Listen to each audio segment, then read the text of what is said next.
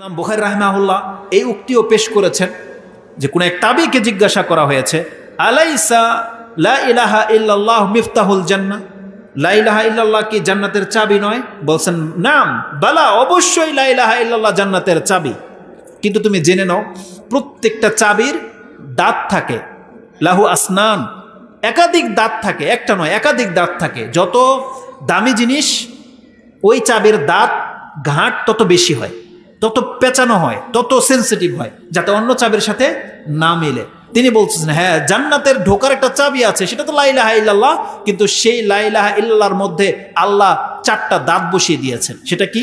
প্রথম দাঁত আসসালাত, প্রথম দাঁত। ইসলাম কয়টা? ইসলামের কয়টার ভিত্তির উপরে?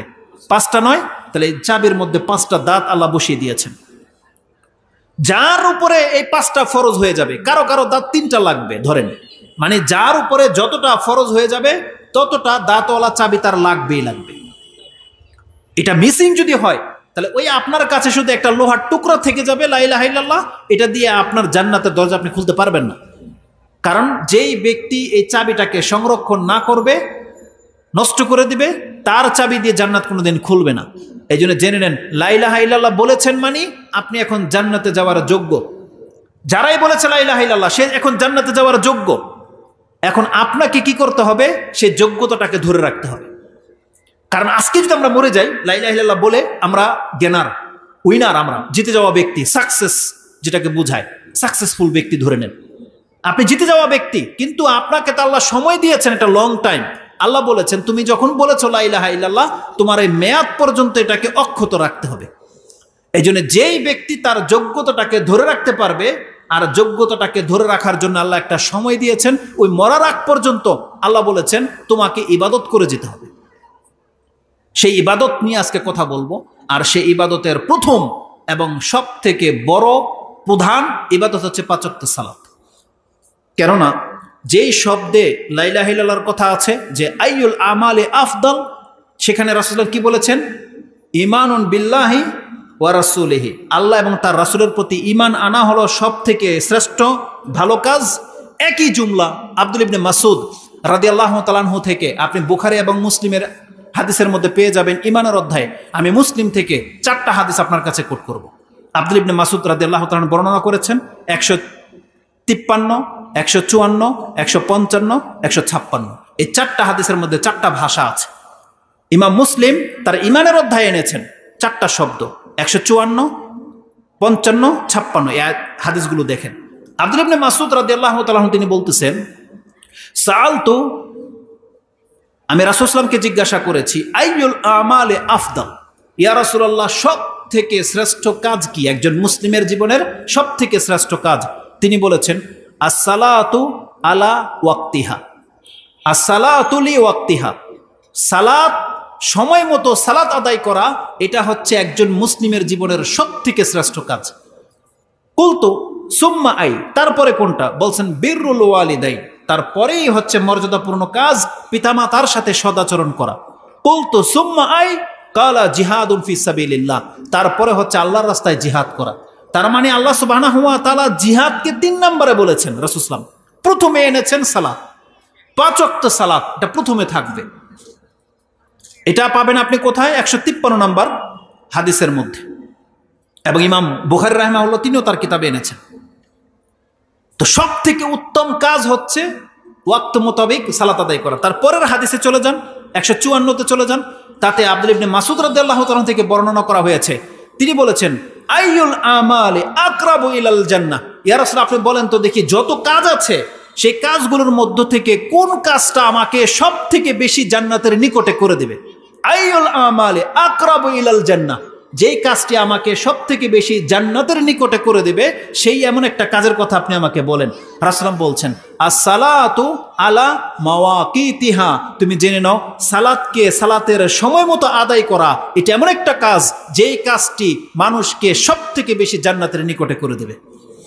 5 ওয়াক্ত সালাত, তার মানে 5 ওয়াক্ত সালাতের মতো আপনি এমন কোনো ইবাদত পাবেন না আল্লাহর নিকটে যাওয়ার, এবং এমন কোনো ইবাদত পাবেন না আপনি জান্নাতে ঢোকার। যত দ্রুত ঢোকা যাবে নামাজের মাধ্যমে, অন্য কোনো ইবাদত দিয়ে আপনি পারবেন না। যত নিকটে চলে যাবেন আপনি আল্লাহর, নামাজ ছাড়া অন্য কোনো ইবাদতের মধ্যে আপনি পাবেন না। কেননা ইমাম মুসলিম থেকে যদি আরেকটা হাদিস নিয়ে নেন, যেটা তিনি ঈমানের অধ্যায়ে বলেছেন, রাসূল সাল্লাল্লাহু জিজ্ঞাসা করা হয়েছে বা রাসূল সাল্লাল্লাহু নিজেই বলেছেন, আকরাবু মা ইয়াকুনুল আবদু মির রাব্বিহি ওয়া হুয়া সাজিদুন ফাআকসিরুদ দুআ। রাসূল বলেছেন, একজন ব্যক্তি তার রবের এতটা নিকটে চলে যায়, সেটা হচ্ছে সেজদার মাধ্যমে। আকরাবু মা ইয়াকুনুল আবদু মির রাব্বিহি, আল্লাহ সুবহানাহু ওয়া তাআলার প্রতিপালকের নিকটে বান্দা চলে যায়, এমন কোনো ইবাদত নাই যতটা নিকটে তাকে সেজদা তাকে নিয়ে যায়, এতটা নিকটে তাকে নিয়ে যায় সেজদা। ফাকসিরুদ দোয়া, তোমরা সেই সময় বেশি বেশি দোয়া করো। তার মানে সেজদা, সিয়াম রেখে তো সেজদা নাই, সেজদা কিসে আছে? সালাতে নাই। তাহলে নামাজে যখন কোনো ব্যক্তি সেজদা করে তখন আল্লাহ সুবহানাহু ওয়া তাআলার একেবারে নিকটে সে চলে যায়। যে হাদিসটা আপনি বুখারীতে পেয়ে যাবেন 527-এ, মুসলিমে বলেছিলাম 154-তে, যে রাসূলুল্লাহ সাল্লাল্লাহু আলাইহি সাল্লাম বলেছেন, নামাজ মানুষকে জান্নাতের একেবারে নিকটে করে দিতে সক্ষম। তারপরের হাদিসে চলে যান 155-তে, তাতেও রয়েছে আইয়ুল আমালে আহাব্বু ইলাল্লাহ, তাতে রয়েছে, ইয়া রাসূলুল্লাহ আপনি বলেন তো দেখি কোন আমলটা আল্লাহর কাছে সবথেকে বেশি পছন্দের, সবথেকে প্রিয় আমল? রাসূলুল্লাহ সেখানেও বলেছেন, আসসালাতু আলা ওয়াক্তিহা। প্রথমে আছে লি ওয়াক্তিহা, তারপরে আছে আলা মাওয়াকিতিহা, তারপরেরটা আছে আলা ওয়াক্তিহা। নামাজকে নামাজের ওয়াক্তে যে ব্যক্তি আদায় করবে, এই ব্যক্তির ইবাদত আল্লাহর কাছে সব থেকে বেশি পছন্দের। এটা ইমাম মুসলিম কোট করেছেন। আর এই একটাই হাদিস আবু দাউদে এবং নাসাইতে এসেছে, জিজ্ঞাসা করা হয়েছে আইয়ুল আমালি আফদাল, রাসূল বলছেন আসসালাতু লিআউয়ালি ওয়াক্তিহা, বরং নামাজ সব থেকে শ্রেষ্ঠ হচ্ছে যেই নামাজকে ওয়াক্ত হলেই পড়ে নেওয়া হয়, এই ব্যক্তির ইবাদত হচ্ছে আল্লাহর কাছে সব থেকে পছন্দনীয়। তার মানে যেমনি সূর্য মাথা থেকে সরে যাবে, জোহরের ওয়াক্ত শুরু হয়ে যাবে, তখনই আজান হয়ে যাবে, তারপর মানুষ সালাত আদায় করে নেবে। তাহলে এটা হলো নামাজের সব থেকে শ্রেষ্ঠ ওয়াক্ত, সব থেকে মর্যাদাপূর্ণ ইবাদতের সময়। কিন্তু আমাদের সমাজে হুজুররা একটা টাইম ফিক্সড করে নিয়েছে, 1টা বাজে আজান হবে, 1:30টা বাজে জামাত হবে। কি গ্রীষ্মকাল, কি বৃষ্টির সিজন, কি শীতের সিজন, কি ঠান্ডার গরম, ধার্য করে নিয়েছে যে জোহর হয় 1টায়। কারণ মহিলাদেরকে দেখবেন যখনই আজান হয়ে যায়, কয় আয় হ্যাঁ 1টা বেজে গেল, মানে পাকশাক না। তার মানে তারা আজানকে দিয়ে ঘড়ির ওয়াক্ত ঠিক করে রেখেছে যে আজান তো একটাই হবে, সেটা শীতের সিজন হোক আর গ্রীষ্মর সিজন হোক। আর যদি 12টা বাজে আজান হয়ে যায় জুমার দিন, তখন বুঝে আসে আজকে শুক্রবার, বুঝেন না? কিন্তু মানুষ বুঝে না, যেটা ধর্মটাকে আমরা একটা তামসা বানিয়ে ফেলেছি। আচ্ছা, জুমার দিনে যে আজানটা দেওয়া হয়, এটা কি ওয়াক্তের আগেই দেওয়া হয় নাকি ওয়াক্ত হলেই দেওয়া হয়? ওয়াক্ত না হওয়াইলে কোনো ব্যক্তির ক্ষমতা আছে আজান দেওয়ার? তাহলে জুমার দিন যদি ওয়াক্ত 12টা বাজে হয়, তো শনিবার দিন ওয়াক্ত 1টা বাজে কিভাবে হয় বলেন? বৃহস্পতিবার দিন ওয়াক্ত আপনার 1টা বাজে কিভাবে হয়েছে? আবার একদিন পরে জুমার দিনে আবার 12টা বাজে ওয়াক্ত চলে আসলো কিভাবে? আরে 6 মাসের ডিফারেন্স হয় মাত্র 10 মিনিট, 6 মাসে। আর একদিনে আপনার 1 ঘন্টাটি কিভাবে ডিফারেন্স হয়ে যায়? এগুলো হচ্ছে সব তামাশা। এই যে রমজান মাস আসতেছে না, আমরা বললে কইব এরা আমাদেরকে তহমত দেয়, বলবে যে এরা ওহাবি, এরা মুসলিম সমাজের মধ্যে ফিতনা ফাসাদ সৃষ্টি করতে চাচ্ছে, অথচ আপনার বিবেক কাজ করে না, আপনি নির্বোধ, তো আমি কি করব? মুসলিমদের মানুষের বিবেক যদি লক থাকে, নির্বোধ হয়, বুঝে না যদি, তাহলে এটা আমাদের দোষ। আপনি এলাকার মধ্যে এতগুলো মানুষ, বিচক্ষণ মানুষ, ইন্টেলেকচুয়াল পার্সন, আপনারা বিচক্ষণ, একেবারে বুদ্ধিজীবী, ধর্মের ক্ষেত্রে কেন আপনি এরকম নির্বোধ কেন? ধর্মের ক্ষেত্রে আপনি হুজুরকে বলতে পারেন না, হুজুর চাঁদ রাতের দিন সেহরিনে আমরা খেলাম 3:30টায়, চাঁদ রাতের দিন পর্যন্ত আপনি সেহরির ফজরের আজান দিলেন 3:30টায়, চাঁদ রাতের দিন আপনি ঘোষণা করে দিলেন যে আগামীকাল ঈদের দিন ফজরের জামাত হবে 4:15টায় আজান, 4:30টায় জামাত। কেন 1 ঘন্টা একদিনে কিভাবে ডিফারেন্স হয়ে যায়? কিভাবে? অথচ প্রত্যেকটা হুজুর জানে যে না, এটা ফজরের সঠিক ওয়াক্ত, সে জানতেছে, তারপরেও নিজের মর্জি মতো সে ধর্মকে পরিচালনা করে। কেন? জোহর তো মাথার উপর থেকে সূর্য সরে গেলেই জোহর শুরু হয়ে যায়। আপনি বলবেন যে এটা কি জায়েজ? না, জায়েজ। আপনি 1টা বাজে নামাজ পড়বেন, জায়েজ। তাহলে জেনে শুনে কেন? যখন আপনি জানলেন না যে আজকে জোহরের ওয়াক্ত কখন হলো, তখন আপনি 1টা বাজে পড়লেন, মেনে নেওয়া যায়, কিন্তু এটাকে নিয়ম কেন বানালেন? কেন? আপনি তো জানেন যে মাথার উপর থেকে সূর্য সরে গেলে যেভাবে আপনি জুমার আজান দিতে পারলেন, তো জোহরটা দিতে আপনাকে বাধা কে দিয়েছে? কে দিয়েছে বাধা? ডিভাইড কে আমরা করলাম না আপনারা করলেন? আপনারা তো আপনাদের মতবাদের উপরে ভিত্তি করে নমুনা বানিয়েছেন। কেন আপনি সূর্যের উপরে ফিরে আসেন? আল্লাহ তো সেট আপ করেই দিয়েছে, করে দেয়নি? সূর্য ডুবে গেলে মাগরিব হয়ে যাবে, ইফতার করে নেবেন। আপনি আবার 3 মিনিট হাতে রাখতে কে বলেছে? আরে যেই সতর্ক আল্লাহ আপনাকে শিখায় নাই, আপনি দায়িত্ব নিতে গেলেন কেন? আবহাওয়াবিদ বলতেছে আজকে 6টা বাজে সূর্য ডুববে, আপনি ইফতারের টাইম লিখে দিয়েছেন সতর্কতামূলক 3 মিনিট পরে আমরা ইফতার করব। কেন? যাই হোক, এগুলো আসলে ধর্ম নিয়ে বাড়াবাড়ি। আপনাকে কোরআন সুন্নাহর দিকে ফিরে আসতে হবে। যেইভাবে আপনার জন্য সহজ হয় সেটা আপনি আমল করবেন। তো কথা হচ্ছে নিয়ম বানানো যাবে না। জোহর সাধারণত মাথার উপর থেকে সূর্য সরে গেলেই শুরু হয়ে যায়। তো সব থেকে উত্তম বলা হয়েছে যেই ব্যক্তি ওয়াক্ত হয়ে যাওয়ার পরপরই সালাত আদায় করে নেয়, এটা হচ্ছে আল্লাহর কাছে সব থেকে শ্রেষ্ঠ ইবাদত, সব থেকে শ্রেষ্ঠ ইবাদত। তো কথা হচ্ছে যে আমি নামাজের গুরুত্ব নিয়ে কথা বলবো বলেছি। আমি প্রথমে একটা পয়েন্ট উল্লেখ করেছি, একজন মানুষের জন্য সব থেকে শ্রেষ্ঠ ইবাদত হচ্ছে আল্লাহকে মেনে নেওয়া। যেই ব্যক্তি আল্লাহকে এক সত্তা হিসাবে মেনে নিতে পারবে, মুহাম্মদ সাল্লাল্লাহু আলাইহি সাল্লামকে রাসূল হিসেবে স্বীকার করে নিল, এই ব্যক্তি হচ্ছে পৃথিবীর মধ্যে সব থেকে বিচক্ষণ জ্ঞানী ব্যক্তি, যে সব থেকে ভালো কাজটা করতে পারলো। এরপরেই তাকে কি করতে হবে? শ্রেষ্ঠ হতে হলে এখন তাকে ভালো ভালো কাজ করতে হবে। আর ভালো কাজের যে লিস্ট আল্লাহ আমাদেরকে লিখে দিয়েছেন, সেই প্রথম ভালো কাজটা হচ্ছে 5 ওয়াক্ত সালাত। রাসূলুল্লাহ সাল্লাল্লাহু আলাইহি সাল্লাম যখন ইসলাম আমাদেরকে শিক্ষা দিতেন, ইবনে ওমর রাদিয়াল্লাহু তাআলা থেকে হাদিসটা নিয়ে নেন, ইমাম বুখারী এবং মুসলিম এটাও তিনি তাদের উভয় কিতাবে এনেছেন, ঈমানের অধ্যায়। রাসূল সাল্লাল্লাহু কি বলেছেন? বুনিয়াল ইসলামু আলা খামস, শাহাদাতু আল্লা ইলাহা ইল্লাল্লাহ ওয়া আন্নী রাসূলুল্লাহ ওয়া ইকামিস সালাহ। যেমনি বলবে যে আশহাদু আল্লা ইলাহা ইল্লাল্লাহ মুহাম্মাদুর রাসূলুল্লাহ, তার পরের শব্দটাই হচ্ছে ইকামিস সালাহ, তোমাকে সালাত কায়েম করতে হবে। তাহলে এটা হচ্ছে প্রথম কাজ। মুসলিম হওয়ার পরে প্রথম 1 নম্বরের কাজ হচ্ছে সালাত। এটা এত সেন্সিটিভ একটা ব্যাপার, আপনি জানেন না, এত সেন্সিটিভ ব্যাপার। এই সালাতকে কোরআন এবং হাদিসের ভাষায় ঈমান বলা হয়েছে। ঈমান এটা যে 1 নম্বর ইবাদত, এটা একটু পরে বলি। এটাকে এর চাইতে সেন্সিটিভ পয়েন্ট হচ্ছে সালাতকে বলা হয়েছে ঈমান। আজকে অধিকাংশ মুসলিমদেরকে এটা শিক্ষা দেওয়া হয় নাই বিদায় আজকে মুসলিম হয়েও সে নামাজ পড়ে না। আমরা নামাজ পড়তাম না একটা সময় ছিল, শুধুমাত্র এই জিনিসটা না জানার কারণে। আমাদের মধ্যে বহু মুসলিম আছে, তারা মনে করে যে নামাজ না পড়লেও মুসলিম থাকা যায়। এই শিক্ষাটাই তাদেরকে ধ্বংস করে দিয়েছে। অধিকাংশ মানুষ বেনামাজি হওয়ার পেছনে এটাই হলো মূল কারণ। কারণ তাকে আমরা শিক্ষা দিতে ব্যর্থ হয়েছি যে একটা ব্যক্তির ঈমান থাকে কোথায়? অন্তরে থাকে না? এটাকে দেখার জিনিস? দেখার জিনিস না, এটাকে প্রুফ করতে হয়, প্রকাশ করতে হয়। কি দিয়ে আমরা প্রকাশ করতেছি? আমরা প্রকাশ করতেছি পোশাক দিয়ে, যেমন টুপি পরি, তার মানে আপনি দেখলেই চিনেন যে মুসলিম। দাড়ি দিয়ে প্রকাশ করতেছি। মুসলিমদের প্যান্ট লুঙ্গি দেখলেই বুঝতে পারবেন যেটা মুসলিম, টাকনার উপরে প্যান্ট। মহিলাদের কাপড় দেখলে আপনি বুঝতে পারবেন যেটা মুসলিম মহিলা, পর্দা করতেছে। তার মানে ভিতরে আছে তার ঈমান, কিন্তু পোশাক দিয়ে আমরা প্রমাণ করতেছি। রমজান মাস আসলে সিয়াম দিয়ে প্রমাণ করতেছি, হজ আসলে হজ করে প্রমাণ করতেছি, জাকাত ফরজ হয়ে গেলে জাকাত দিয়ে প্রমাণ করতেছি। সব থেকে বড় প্রমাণ হচ্ছে 5 ওয়াক্ত সালাত। আজকে যে আপনি মুসলিম, আপনি কি দিয়ে প্রমাণ করবেন? আজকে রমজান মাসও তো না, জাকাতও তো আজকে ফরজ নয়, আজকে কুরবানির দিনও না, আজকে হজও না। কি এমন একটা আমল বলেন তো দেখি যেটা দিয়ে প্রমাণ হবে যে আমি মুসলিম? সেটা হচ্ছে 5 ওয়াক্ত নামাজ। কোরআনে আল্লাহ সুবহানাহু ওয়া তাআলা যে বলেছেন সূরা আনকাবুতের প্রথম আয়াতে, আল্লাহ বলছেন যে কি? আহাসিবান নাস আইয়ুতরাকু আইয়াকুলু আমান্না ওয়া হুম লা ইফতানুন। মানুষ কি ভেবে নিয়েছে যে মানুষ যদি এই কথা বলে যে আমি আল্লাহর প্রতি ঈমান এনেছি, এটা বললেই তাকে বিনা কোনো পরীক্ষায় তাকে ছেড়ে দেওয়া হবে? আইয়াতরুকু, তাকে ছেড়ে দেওয়া হবে। ওয়া হুম লা ইফতানুন, তাকে পরীক্ষা করা হবে না? আল্লাহ বলছেন ওয়ালাকাদ ফাতান্নাল্লাযীনা মিন ক্বাবলিহিম ওয়ালা ইয়ালামান্নাল্লাহুল্লাযীনা সাদাকু ওয়ালা ইয়ালামান্নাল কাযিবিন। আল্লাহ বলছেন অবশ্যই তোমাকে পরীক্ষা করা হবে। এই জমানে আল্লাহ বলছেন কে সত্যবাদী আর কে মিথ্যুক, আল্লাহ বলছেন প্রমাণ করে ছেড়ে দেব। এই আনকাবুতের 11 নম্বর আয়াতে চলে যান, 10-11 নম্বর আয়াতে চলে যান। আল্লাহ বলছেন ওয়ালা ইয়ালামান্নাল্লাহুল্লাযীনা আমানু ওয়ালা ইয়ালামান্নাল মুনাফিকিন। আল্লাহ বলছেন তুমি জানো সত্যবাদী আর মিথ্যুককে?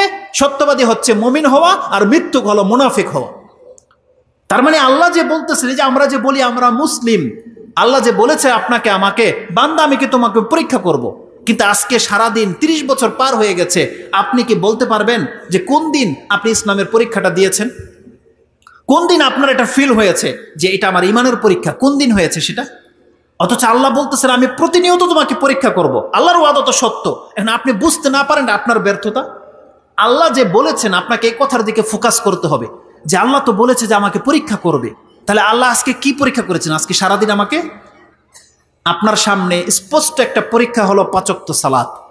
যেমনি ওয়াক্ত হয়ে যায় আল্লাহর পক্ষ থেকে একজন এক্সামিনার আপনাকে ডাকে, হাইয়া আলাস সালাহ, আপনাকে ডাকা হলো আল্লাহর পক্ষ থেকে। এটা আপনার পরীক্ষা শুরু হয়ে গেছে। এই পরীক্ষা চলবে কতক্ষণ পর্যন্ত? এর ওয়াক্ত শেষ না হওয়া পর্যন্ত। ফজরের সময় আপনার পরীক্ষা শুরু হয়েছে, হাইয়া আলাস সালাহ, বলা হয়েছে হাইয়া আলাল ফালাহ, এটাই তোমার নাজাত।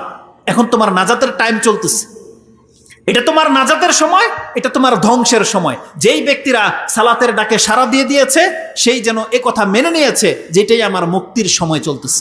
যেমনি সূর্য উঠে যাবে আর আপনি ঘুমিয়েছিলেন, আপনার নিয়ত নাই সালাত আদায় করার, আপনি পরীক্ষায় ক্রস পড়ে গেছে আপনার। জোহরের ওয়াক্ত হয়ে যাবে, আল্লাহর পক্ষ থেকে আরেকবার ডাকা হবে, আসো নামাজের দিকে, তোমার পরীক্ষার টাইম শুরু হয়ে গেছে। আসর শুরু হয়ে যাবে, আপনার জোহরের ক্রস পড়ে যাবে। এইভাবে একটা ব্যক্তি কি ভাবতে পারে যে 5 ওয়াক্ত 5 বার তাকে পরীক্ষা করা হয়, অথচ তার 30 বছর কেটে গেছে, সে এখন পর্যন্ত আল্লাহর ইমানের ডাকে সাড়াই দেয়নি? বলতে পারবেন? আমরা প্রত্যেকে ভুলে গেছি ইবলিসকে আল্লাহ সুবহানাহু ওয়া তাআলা কয়টা সেজদার কারণে কাফের বানিয়েছে? কয়টা সেজদা? মাত্র একটা, মাত্র একটা। সুবহানাল্লাহ, সবাই জানেন একটা সেজদা করতে বলা হয়েছিল, তাও আমাদের রবকে নয়, আদমকে, একটা সৃষ্টিকে। ইবলিস দেখেন আমাদের চাইতে বেশি হয়তো বিবেকবান ছিল, কিন্তু নির্ভূত এই জন্যে যে আদেশটা ছিল আল্লাহর, ওইটা বোঝে নাই। ও ফোকাস করেছে আদমের দিকে যে আমি শ্রেষ্ঠ হয়ে আদমকে সেজদা করব। আরে ইবলিস যদি আল্লাহকে সেজদা করতে বলতো, ইবলিস হয়তো নির্দ্বিধায় সেজদা করেই দিত, কিন্তু এটা আল্লাহর পরীক্ষা ছিল। ইবলিস ভাবছে যে আমি এটা মাটির মানুষকে সেজদা করব, একটা সেজদা। আল্লাহ বলছেন ওয়াইযা কুলনা লিল মালাইকাতি ইসজুদু লি আদামা ফাসাজাদু ইল্লা ইবলিসা আবা ওয়াস্তাকবারা ওয়া কানা মিনাল কাফিরিন। একটা সেজদাকে অস্বীকার করার কারণে আল্লাহ বলছেন ও কাফের হয়ে গেল। আর আপনার আমার উপরে প্রতিদিন 34টা সেজদা ফরজ। কয়টা সেজদা? 34টা। 17 রাকাতে কয়টা সেজদা হয়? 34টা সেজদা। আপনি কয়টা অস্বীকার করেছেন? আজকে সারাদিন কয়টা পুরা করেছেন? সুবহানাল্লাহ। একবার ফিল হয় না আপনার যে ইবলিস একটা সেজদা না করার কারণে আল্লাহ ওকে কাফের বানিয়ে দিয়েছে, আর আমি মুসলমানের ঘরের সন্তান বিদায় আমি 34টা সেজদা অস্বীকার করলে কি আমাকে জান্নাত থেকে ঠেকাই কে? এমনটা না আপনার ভাব? এমনটাই তো। কেন আপনাকে আল্লাহ সুবহানাহু ওয়া তাআলার সাথে কোনো চুক্তি হয়েছে? বলেন কিসের ভিত্তিতে এই এগ্রিমেন্ট কে করেছে আপনার কাছে? কে ওহী পাঠিয়েছে যে বান্দা ইবলিস একটা সেজদা করেনি, ওকে আমি জাহান্নামে দিয়েছি, তুমি তো আদম সন্তান, যাও তোমার 34টা সেজদা না করলো তুমি জান্নাতি? আছে কারো কাছে কোনো গ্যারান্টি? কোরআনের কোনো আয়াত, কোনো হাদিস, কোনো বাবার ওজিফা পেশ করতে পারবে কেউ যে আপনাকে গ্যারান্টি দিয়েছে বাবা তুমি আমার মুরিদ, তুমি নামাজ পড়লো জান্নাতি, না পড়লো জান্নাতি? আছে এমন কোনো গ্যারান্টি কারো কাছে? আরে স্বয়ং মুহাম্মদুর রাসূলুল্লাহ সাল্লাল্লাহু আলাইহি সাল্লাম পর্যন্ত কোনো ব্যক্তিকে গ্যারান্টি দেওয়ার ক্ষমতা রাখে না যে এই ব্যক্তি বেনামাজি। আল্লাহ বলেছেন এই কথা কোরআনে যে মুহাম্মদ সাল্লাল্লাহু আলাইহি সাল্লাম পর্যন্ত সুপারিশ করে বেনামাজিকে জান্নাত দিতে পারবে না। আমি সেই আয়াতটা পরে বলতাম, এখনই বলে দিই। আল্লাহ সুবহানাহু ওয়া তাআলা বলতেছেন কোরআনের মধ্যে, আপনি পেয়ে যাবেন, ফি জান্নাতি ইয়াতাসাআলুন, সম্ভবত সূরা মুজাম্মিলের মধ্যে রয়েছে, 74 নম্বর সূরার মধ্যে পেয়ে যাবেন। মুদ্দাসসির আল মুজাম্মিল, ইয়া আইয়ুহাল মুজাম্মিল কুম ফানজির, মুদ্দাসসিরের মধ্যে পেয়ে যাবেন 74 নম্বর সূরা। আল্লাহ বলতেছেন ফি জান্নাতি ইয়াতাসাআলুন, জান্নাতীরা জাহান্নামীদেরকে জিজ্ঞেস করবে, আনিল মুজরিমিন, অপরাধীদেরকে। দেখেন আল্লাহ এখানে অপরাধী বলেছে। সব থেকে বড় অপরাধী কারা মুসলিমদের মধ্যে, তাদের লিস্ট এখানে আলোচনা করা হবে। আনিল মুজরিমিন মা সালাকাকুম ফি সাকার, তোমরা এই সাকার নামক জাহান্নামে কেন? তাদের প্রথম জবাব লাম নাকু মিনাল মুসাল্লিন, আমরা নামাজই ছিলাম না। এই পৃথিবীতে যারা নামাজ আদায় করেছে আমরা তাদের অন্তর্ভুক্ত ছিলাম না। লাম নাকু মিনাল মুসাল্লিন ওয়া লাম নাকু নুতিমুল মিসকিন, আমরা মিসকিনদেরকে খাদ্য দিতে উৎসাহিত করতাম না। ওয়া কুননা নাখুদু মাআল খাইদিন, আমরা খেলতামশা করা জাতির সাথে লিপ্ত ছিলাম। কতদিন পর্যন্ত? হাত্তা আতানাল ইয়াকিন, যতদিন পর্যন্ত আমাদের কাছে মৃত্যু না চলে আসছে ততক্ষণ পর্যন্ত। তার মানে মরার আগ পর্যন্ত খেলতামশা আপনি লিপ্ত ছিলেন। আপনাদের রেজাল্টটা কেমন নয়? যাদের 30, 40, 50, 60 বছর হয়ে গেছে, আজকে যদি মরে যায় এটাই না মৃত্যুর শেষ মুহূর্ত? একটু আগত আপনি নামাজ পড়েন নাই, তাহলে এটাই তো মৃত্যুর শেষ পর্যন্ত। আপনার জবাবটা তো এটাই হবে। ওয়াকুন্না নাখুদু মাআল খাইদিন, আমরা তো খেলতামশা করার সাথে ছিলাম। তারপর আয়াতে আল্লাহ কি বলেছেন? ফামা তানফাউহুম শাফাআতুশ শাফিঈন, কোন সুপারিশকারীর সুপারিশ এদের জন্য গ্রহণযোগ্য হবে না। তাহলে মুহাম্মদ সাল্লাল্লাহু আলাইহি ওয়াসাল্লাম একজন সুপারিশকারী, কিন্তু আল্লাহ বলছেন কোন সুপারিশকারীর সুপারিশ বেনামাজিদের জন্য গ্রহণযোগ্য হবে না। অতএব আপনি জেনে নেন, নামাজ বিহীন আল্লাহর কাছে আপনি কিছুই নন, কিছুই না। বাঁচতে হলে আপনাকে সালাত পড়তে হবে। আমি যে জন্য সালাত পড়ি জানেন কেন? আমি সৌদি আরবে যাওয়ার আগে ওই খেলতামশা করা জাতির মধ্যেই ছিলাম, কিন্তু আমাদের হুজুররা কোনোদিন আমাদের কানে এটা দিতে সক্ষম হয়নি যে নামাজ হচ্ছে ঈমান। নামাজ যে ঈমান, এটা আমাদের হুজুরদের কাছ থেকে আমরা শুনি নাই। ইমাম বুখারীর কিতাব খোলেন, ইমাম বুখারী রাহিমাহুল্লাহ তার ঈমানের অধ্যায়ে 2 নম্বর অধ্যায়ের 30 নম্বর পর্বে তিনি বাব কায়েম করেছেন, as-সালাতু মিনাল ঈমান, সালাত হচ্ছে ঈমানের অন্তর্ভুক্ত। এইভাবে তিনি পর্ব করেছেন। আমাদেরকে তো কোনোদিন এইভাবে পড়ে শোনানো হয় নাই যে সালাত হচ্ছে ঈমান। আর তিনি নিজের কথা ব্যক্ত করেননি, তিনি দলিল গ্রহণ করেছেন কোরআন থেকে। কারণ আল্লাহ সুবহানাহু ওয়া তাআলা কোরআনের মধ্যে সালাতকে ঈমান বলেছেন। আর সেই আয়াত আপনি পেয়ে যাবেন সূরা বাকারা 2 নম্বর সূরা 143 নম্বর আয়াতে, যেখানে কিবলা পরিবর্তন হওয়ার ঘটনা রয়েছে। সেখানে আল্লাহ বলেছেন, ওমা কানা আল্লাহু লিউদিয়া ঈমানাকুম, আল্লাহ এমন নন যে আল্লাহ তোমাদের ঈমানকে নষ্ট করে দিবেন। ওখানে সালাতের আলোচনা চলতেছিল। সাহাবীদের প্রশ্ন ছিল যে আমরা এতদিন বাইতুল মুকাদ্দাসের দিকে যে ফিরে সালাত আদায় করেছি, এখন আল্লাহ যে আমাদেরকে বাইতুল্লাহর দিকে ঘুরিয়ে সালাত আদায় করতে বলল, তাহলে এতদিনের নামাজ কি হবে?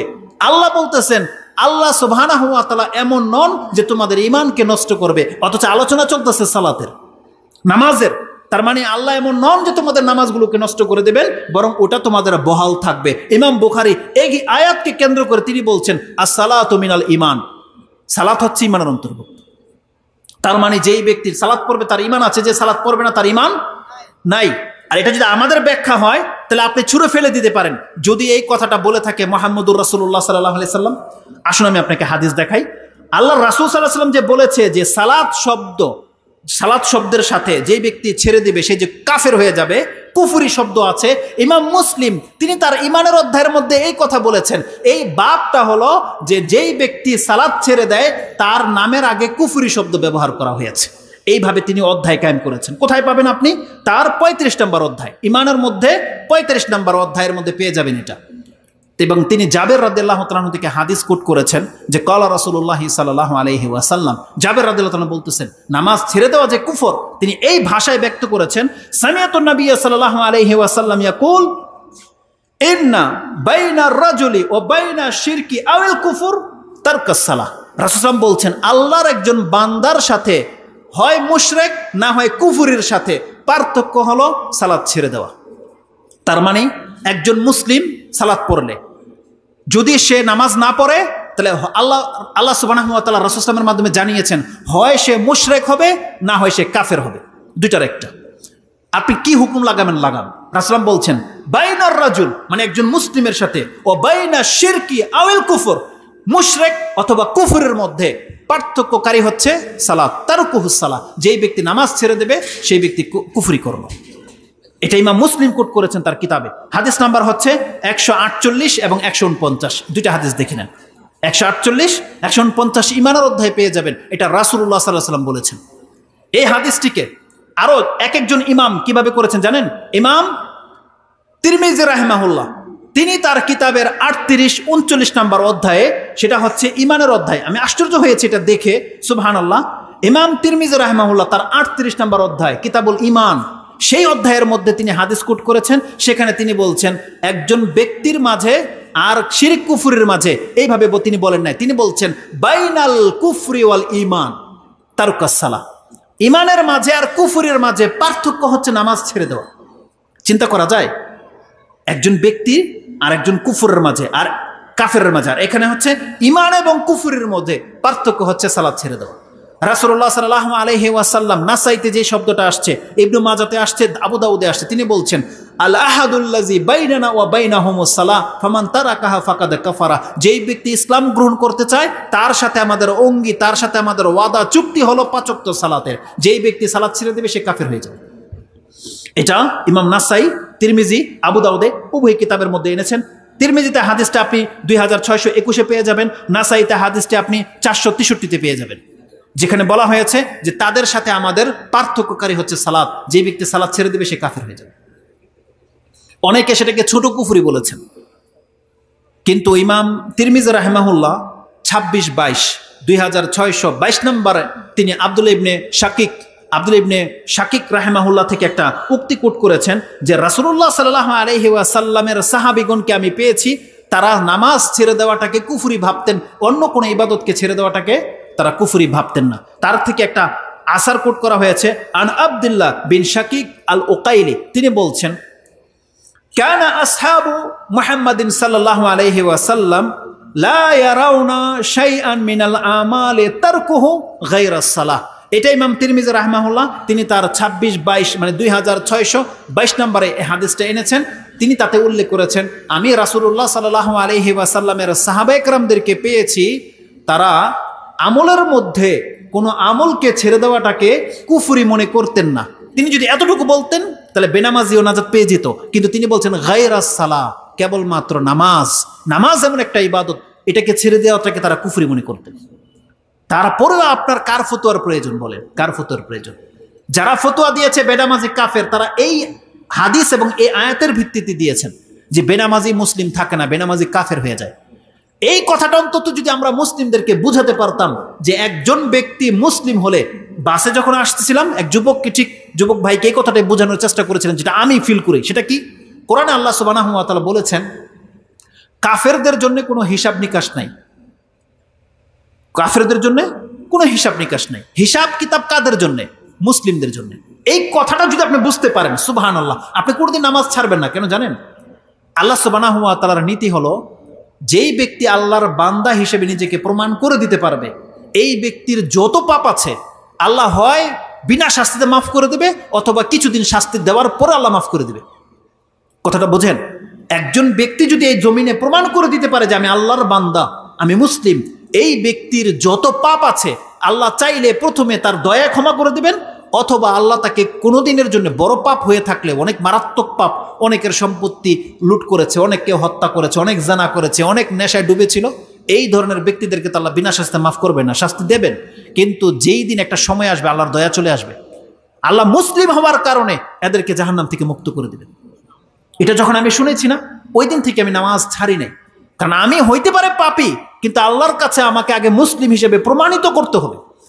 যেই দিন আপনি প্রমাণ করতে পারবেন, আপনি জেনে নেন আপনার অনেক অপরাধগুলো আল্লাহ ক্ষমা করে দেবেন, অনেক অপরাধ। কিন্তু আপনি আল্লাহর কাছে আগে মুসলিম হন।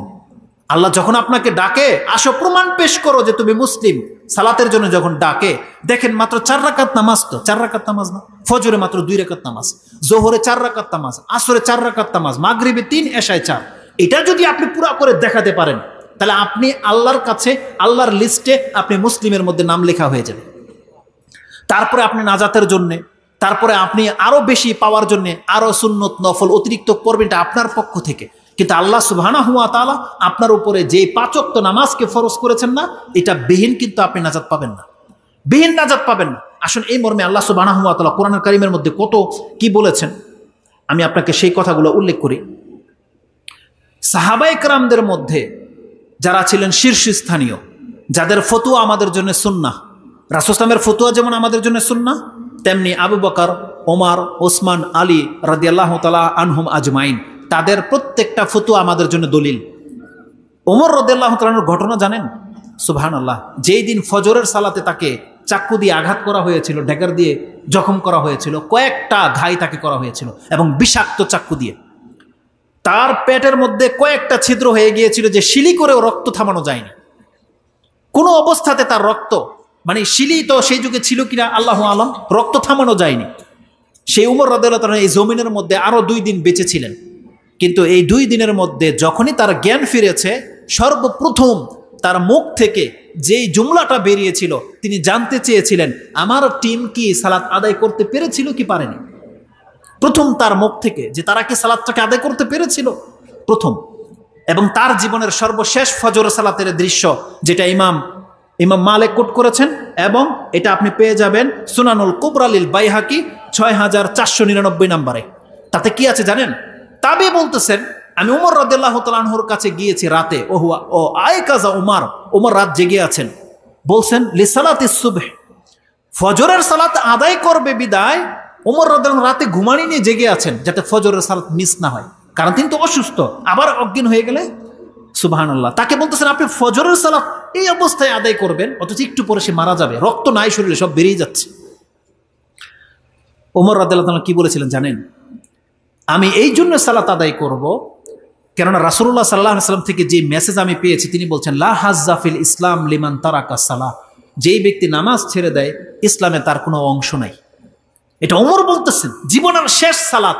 তিনি বলতেছেন আচ্ছা যদি এক ওয়াক্ত নামাজ ছেড়ে দিলে যদি কোনো অপরাধ না হতো, তাহলে এই মুহূর্তে তো কেউ সালাত আদায় করে না, করে?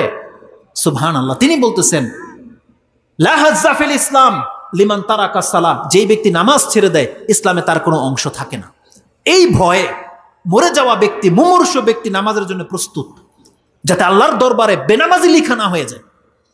আর ইমাম মালিক রাহিমাহুল্লাহ তিনি তার মুয়াত্তা মালিকের মধ্যে 51 নম্বরে এই হাদিস আসারটা কেন আনছেন জানেন? তিনি সেই দৃশ্যটাকে তুলে ধরেছেন যে ওমর রাদিয়াল্লাহু তাআলা আনহু এই কথা বলে ফজরের নামাজ আদায় করতেছেন, আর তার যে ক্ষত আছে সেই ছিদ্র দিয়ে রক্ত ঝরে পড়তেছে। তার ভাষাটা কি ছিল? তিনি বলতেছেন যে ওয়াজুরহু ইয়াসআবু দামান, ওমর রাদিয়াল্লাহু তাআলা নামাজে দাঁড়িয়ে আছেন আর তার ক্ষত দিয়ে রক্ত ঝরে পড়ে যাচ্ছে, কিন্তু তিনি নামাজ ছাড়তেছেন না, তিনি নামাজ পড়ে তারপরে মারা গেছেন। এটা হচ্ছে আমাদের সালাফ, যাদেরকে আমরা অনুসরণ করি।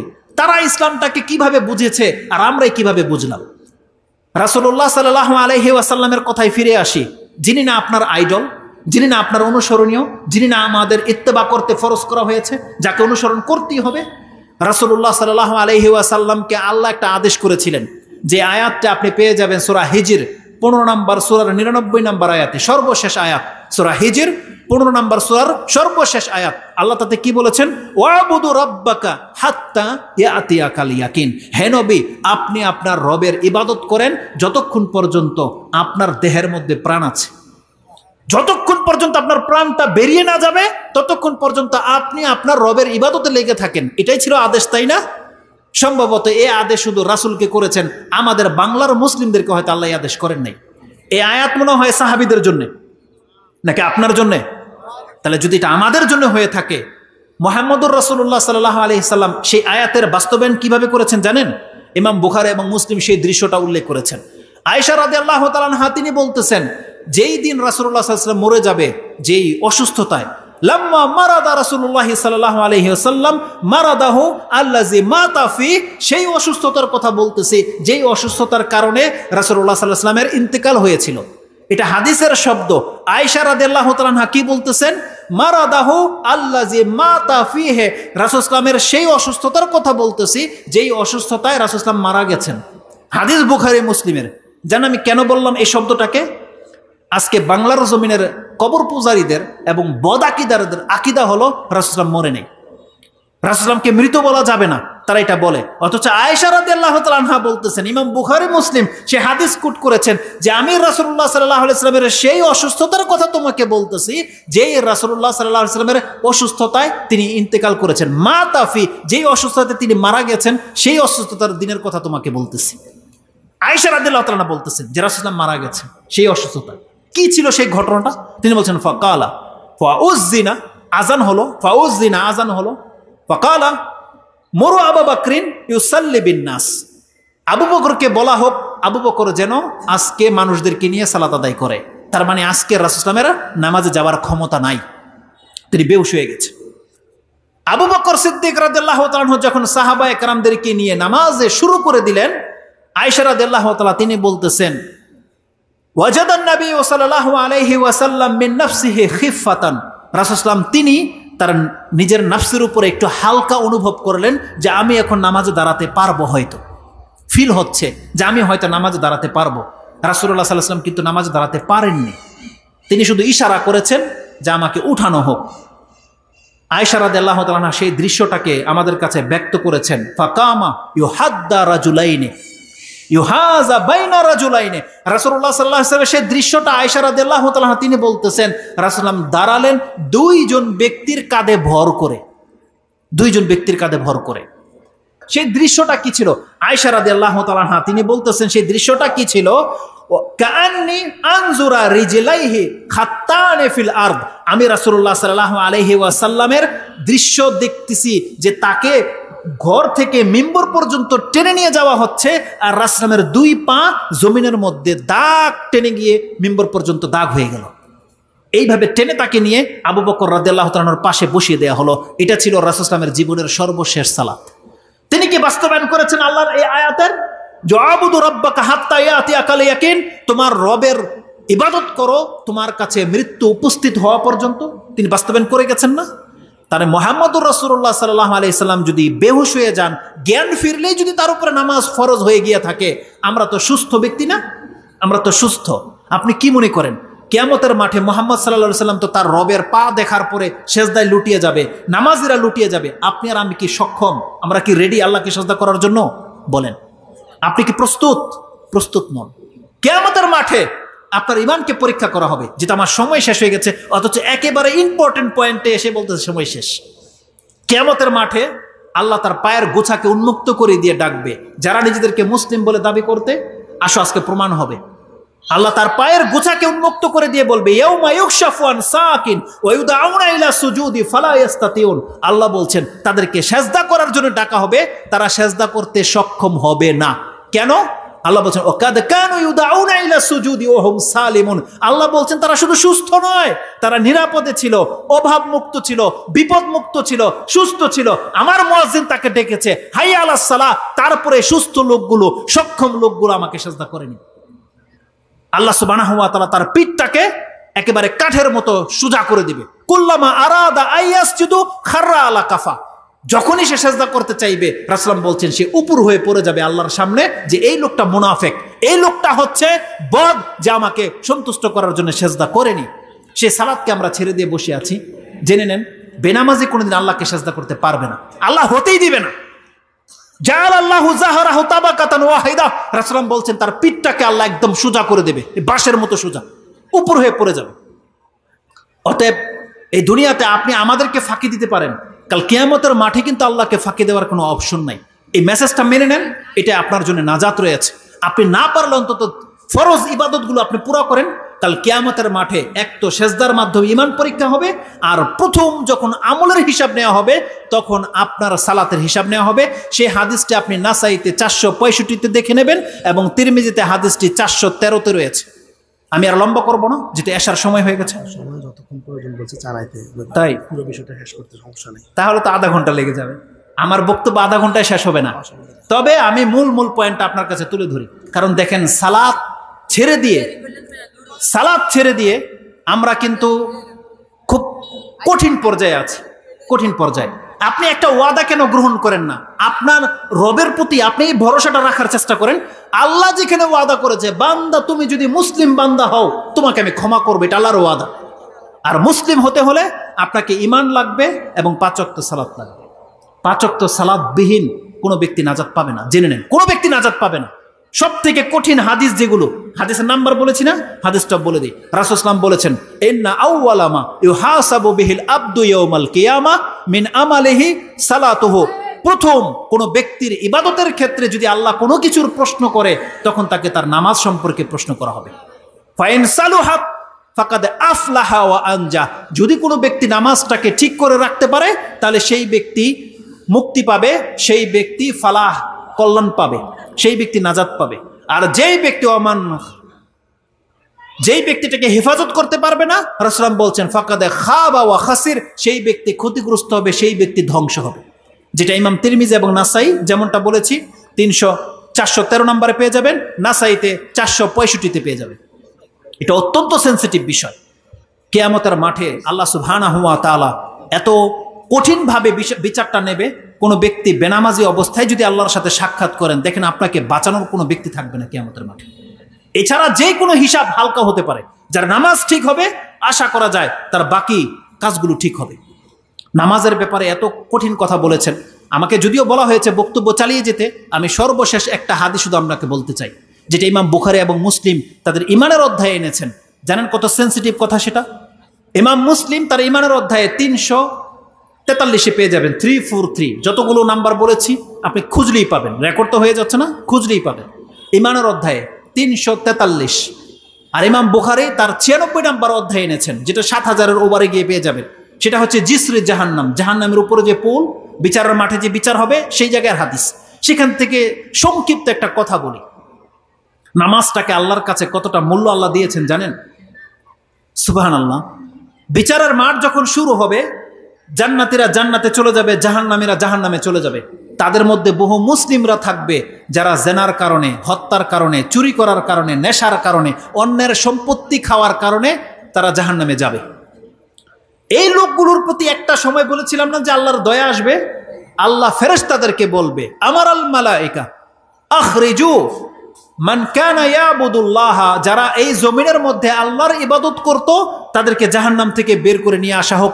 মুসলিমের বর্ণনা রয়েছে, মান কালা লা ইলাহা ইল্লাল্লাহ, যারা এই জমিনে লা ইলাহা ইল্লাল্লাহ বলেছিল তাদের পাপের কারণে জাহান্নামে জ্বলতেছে, ঠিক আছে মাফ, ওদেরকে এখন জাহান্নাম থেকে উঠিয়ে নিয়ে আসা হোক।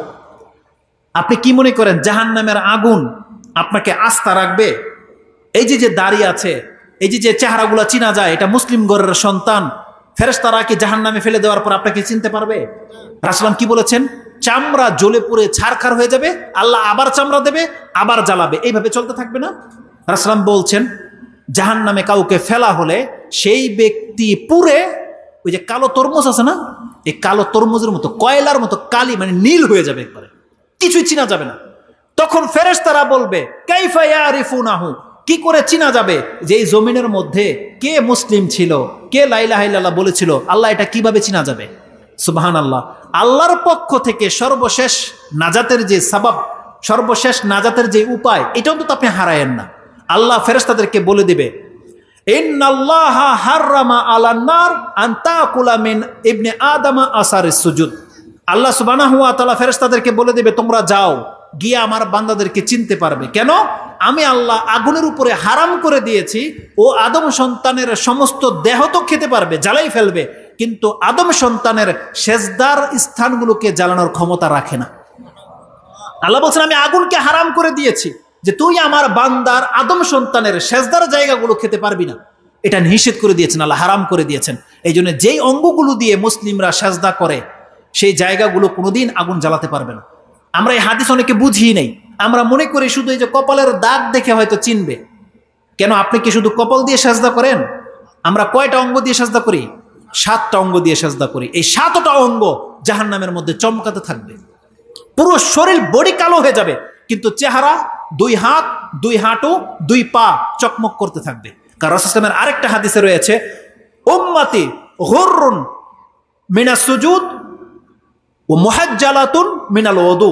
রাসূল বলছেন আমার উম্মতের প্রত্যেকটা লোকের চেহারা সেজদার কারণে চমকাবে, আর ওযুর কারণে সেগুলোতে আলো, ইলিমেট, যেটাকে নূর ছড়াতে থাকবে।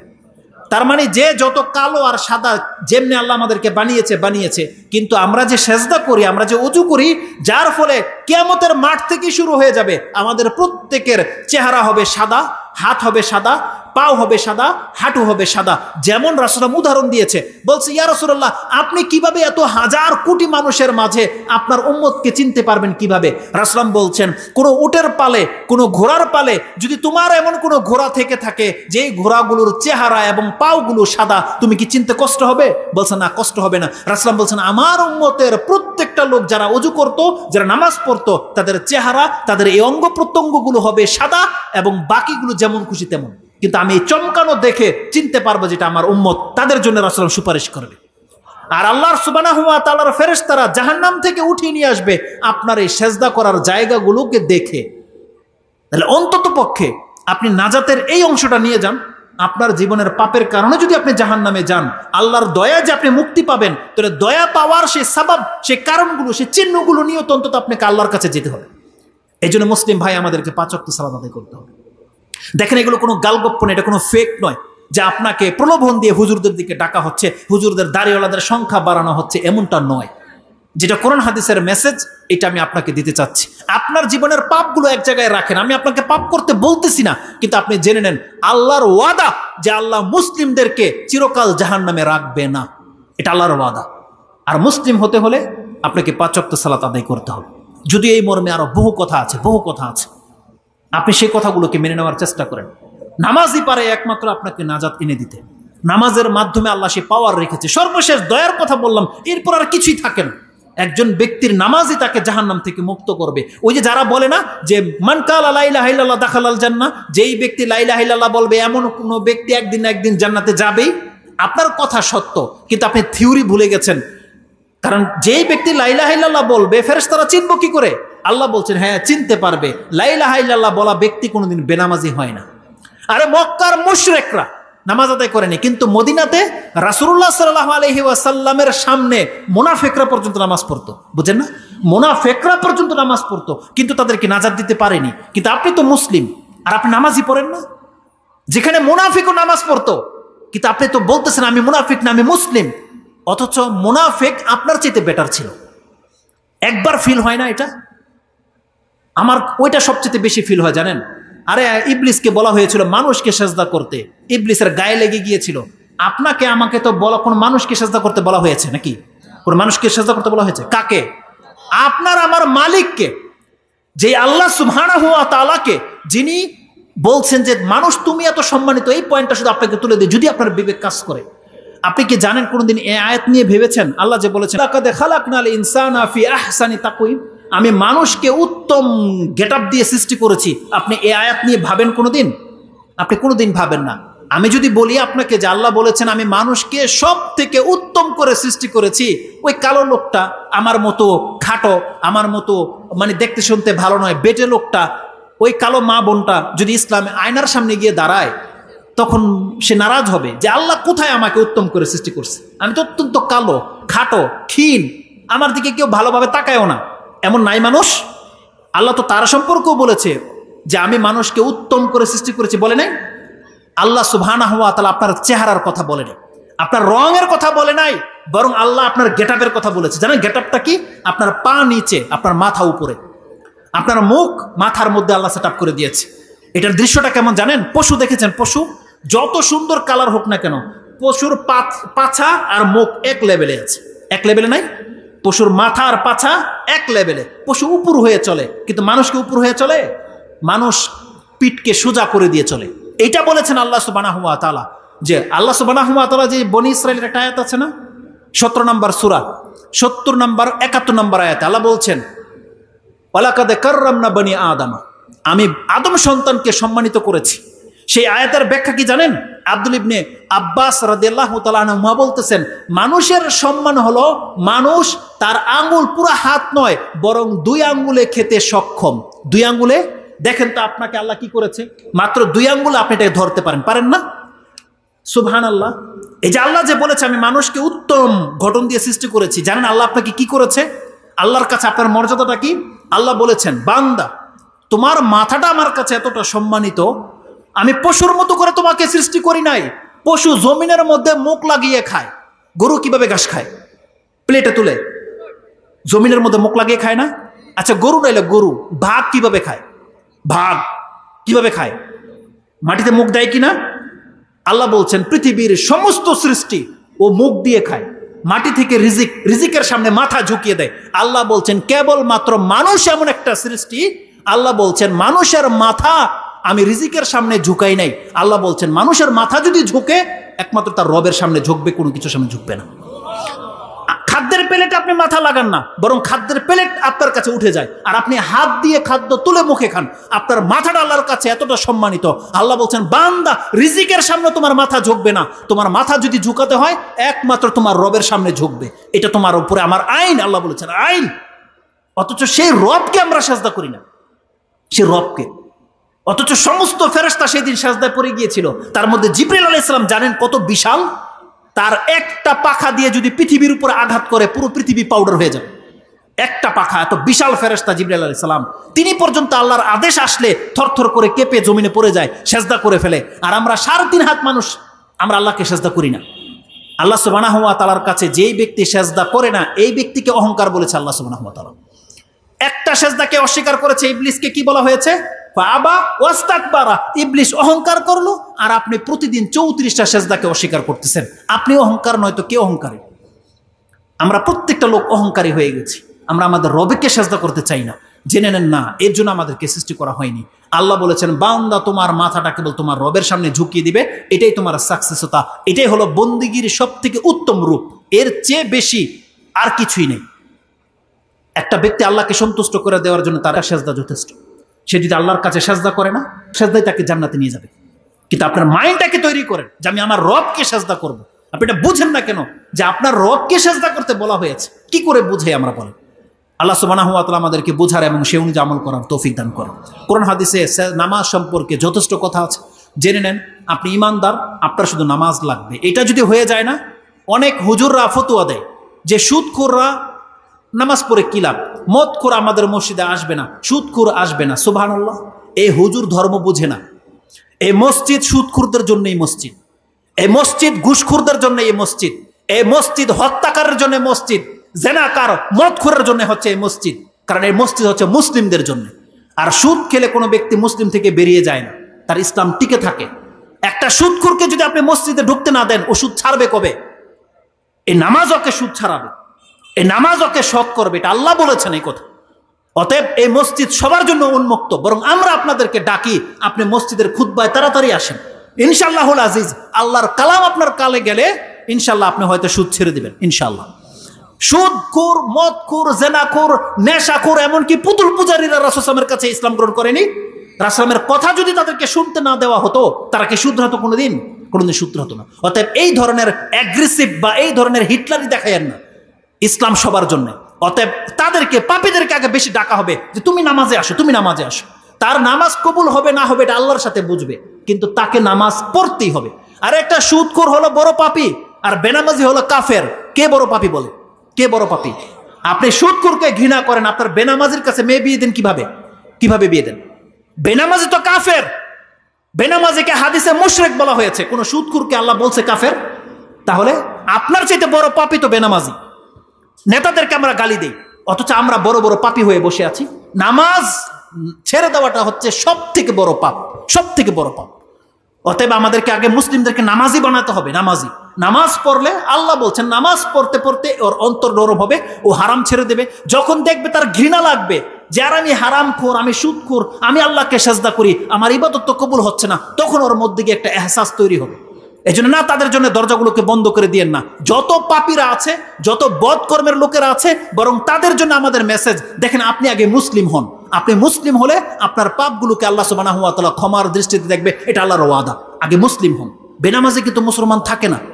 অতএব আমাদের মেসেজ এটাই থাকবে যে ধর্মটাকে সহজভাবে নেওয়ার চেষ্টা করেন, আপনি মুসলিম হন, এটা আমাদের মেসেজ। কোরআন হাদিস এটাই বলে, আপনি রাসূল সাল্লাল্লাহু আলাইহি ওয়াসাল্লামের উম্মত হন, শাফাত পাবেন যদি আপনি নামাজি হন। আল্লাহ সুবহানাহু ওয়া তাআলা যদি আমার মধ্যে কোনো ভুল আমার দ্বারা হয়ে থাকে, এটা আমার পক্ষ থেকে আল্লাহ যেন আমাকে ক্ষমা করেন। আর যদি আমি হক কথা বলে থাকি, সেটা আমাকে এবং আমাদের মুসলিম ভাইদেরকে মেনে নেওয়ার এবং সেই কোরআন হাদিসের আয়াতগুলোর উপরে আমল করার জন্য আল্লাহ আমাদেরকে তৌফিক দান করে। আমরা ইব্রাহিম আলাইহিস সালামের মতো আমাদেরকে দোয়া করতে হবে যে আল্লাহ তুমি আমাকে এবং আমার সন্তানদেরকে নামাজি বানিয়ে দাও। এটা আমাদেরকে প্রতিনিয়ত দোয়া করতে হবে। সুবহান রাব্বিকা রাব্বিল ইজ্জাতি আম্মা ইয়াসিফুন ওয়া সালামুন আলাল মুরসালিন আলহামদুলিল্লাহি রাব্বিল আলামিন। আসসালামু আলাইকুম ওয়া রাহমাতুল্লাহি ওয়া বারাকাতুহু।